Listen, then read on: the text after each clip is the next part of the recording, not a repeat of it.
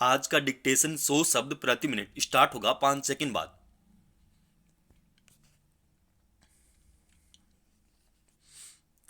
Start. Dollar के मुकाबले रुपए की कीमत गिरकर 85 से अधिक हो गई है। यह अब तक की सबसे बड़ी गिरावट है।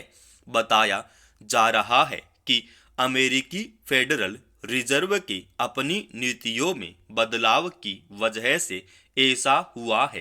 कोरोना के बाद दुनिया के तमाम देश मंदी की चपेट में आ गए थे। उससे उबरने के लिए सभी ने अपने अपने तरीके से उपाय किए। अमेरिकी फेडरल ने अपनी ब्याज दरों में कटौती कर उसे 4.5% पर ला दिया है। इस तरह डॉलर की स्थिति मजबूत हुई है। फिर जब से राष्ट्रपति चुनाव में डोनाल्ड ट्रंप की विजय हुई है, निवेशकों को लगने लगा है कि वहां निवेश करना सबसे फायदेमंद है।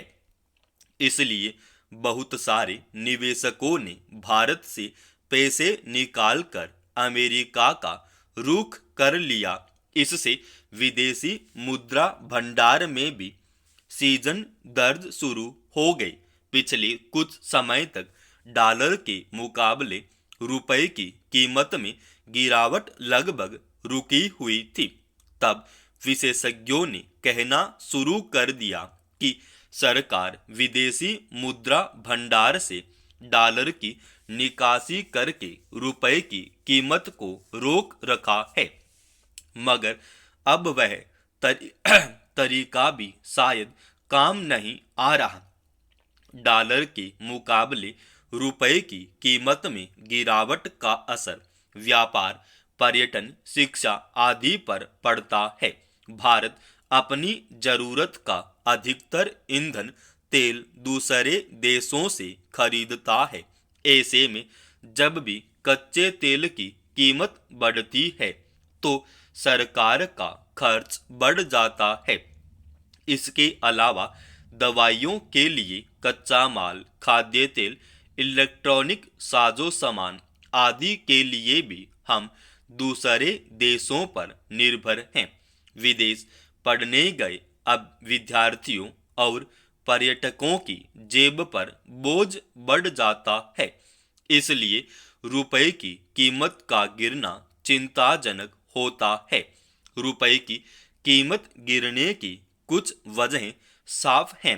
व्यापार घाटा बढ़ता है तो डॉलर के मुकाबले रुपए की कीमत घट जाती है। हालांकि वर्षों से निर्यात बढ़ाने पर जोर दिया जा रहा है। घरेलू बाजार और स्वदेशी को बढ़ावा देने की कोशिश की जा रही है। मगर हकीकत यह है कि निर्यात में लगातार कमी देखी जा रही है।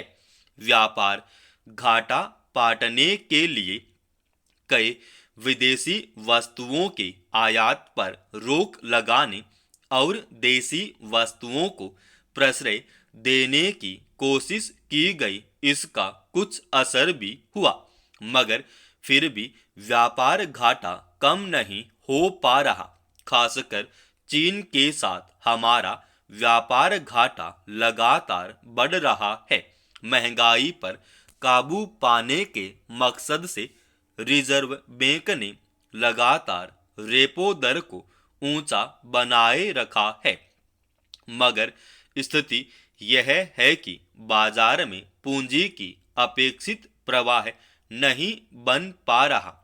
इसकी बड़ी वजह लोगों की आय में बढ़ोतरी न हो पाना है। इन परिस्थितियों का असर प्रत्यक्ष विदेशी निवेश पर पड़ता है।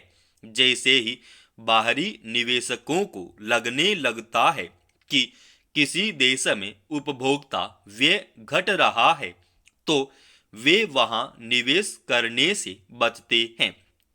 पिछले कुछ समय से हमारी विकास दर और उसमें विनिर्माण क्षेत्र की स्थिति संतोषजनक नहीं है।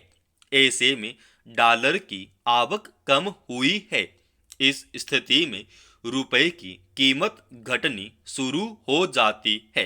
भारत में यह सिलसिला लगातार बना हुआ है। इससे अर्थव्यवस्था को लेकर चिंता बढ़ना स्वाभाविक है। सरकार अर्थव्यवस्था को 5 लाख करोड़ डॉलर तक ले जाने को संकल्पित है, मगर रुपए की गिरावट का रुख देखते हुए इसका भरोसा नहीं बन पाता। किसी भी हादसे का सबक यही होना चाहिए कि वैसी लापरवाहियां न बरती जाएं। हर तरह की सुरक्षात्मक इंतजाम किए जाएं ताकि दोबारा वैसी त्रासदी न हो। मगर विडंबना यह है कि एक जैसी दुर्घटनाएं बार बार हो जाती हैं और बहुस्तरीय लापरवाही कायम रहती है। करीब 5 महीने पहले उत्तर प्रदेश के हाथरस में एक धार्मिक आयोजन में भारी संख्या में जमा लोगों के बीच भगदड़ मच गई थी। उस घटना की भयावहता का अंदाजा इससे लगाया जा सकता है कि उसमें 123 लोगों की जान चली गई और 150 से ज्यादा लोग घायल हो गए थे। ऐसा नहीं कि वह कोई अकेली घटना थी जिसमें व्यवस्था में लापरवाही की वजह से लोगों की मौत हुई, जबकि तब उस तरह के आयोजन होते रहते हैं और उनमें कई तरह की लापरवाहियां हादसे को न्योता देती रहती है, जबकि आयोजकों और प्रशासन को यह अंदाजा रहता है कि अगर बड़ी संख्या में लोग किसी जगह जमा हो रहे हैं तो वहां हादसे की आशंका होती है।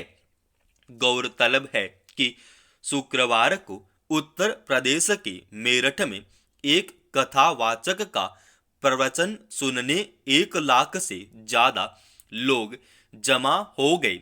खबरों के मुताबिक आयोजन स्थल में प्रवेश द्वार पर फैली अव्यवस्था की वजह से कई महिलाएं गिर गईं। सुर्खियों में आए एक वीडियो में भी कुछ महिलाएं भीड़ में गिरती दिखी, लेकिन पुलिस का बयान आया कि वहां भगदड़ जैसी स्थिति नहीं बनी। गनीमत थी कि कुछ लोगों के तत्काल सक्रिय होने की वजह से अफरा तफरी की स्थिति कोई भगदड़ या बड़े हादसे में तब्दील होने से बच गई, वरना जितनी संख्या में लोग वहां पहुंचे थे उसमें नतीजों का बस अंदाजा लगाया जा सकता है। सच यह है कि पहले हुए ऐसे हादसों के बावजूद आयोजकों की लापरवाही और प्रशासन की अनदेखी के चलते ऐसी स्थिति बनी रहती है। ऐसे में कभी भगदड़ के कारण लोगों की मौत हो जाती है तो उसके लिए आयोजकों को जिम्मेदार ठहराकर असली कसूरवारों पर शायद ही कभी सख्त कार्रवाई होती है। नतीजतन आस्था के नाम पर लाखों लोगों के जुटान के बावजूद सुरक्षा इंतजामों का सवाल आमतौर पर हाशिए पर रहता है। समाप्त। दोस्तों, रोजाना ऐसे ही एडवांस डिक्टेशन के लिए इस चैनल को आप अभी सब्सक्राइब कीजिएगा और आज के इस डिक्टेशन का PDF फाइल हमने हमारे Telegram channel study with HP Swami पर डाल दिया है।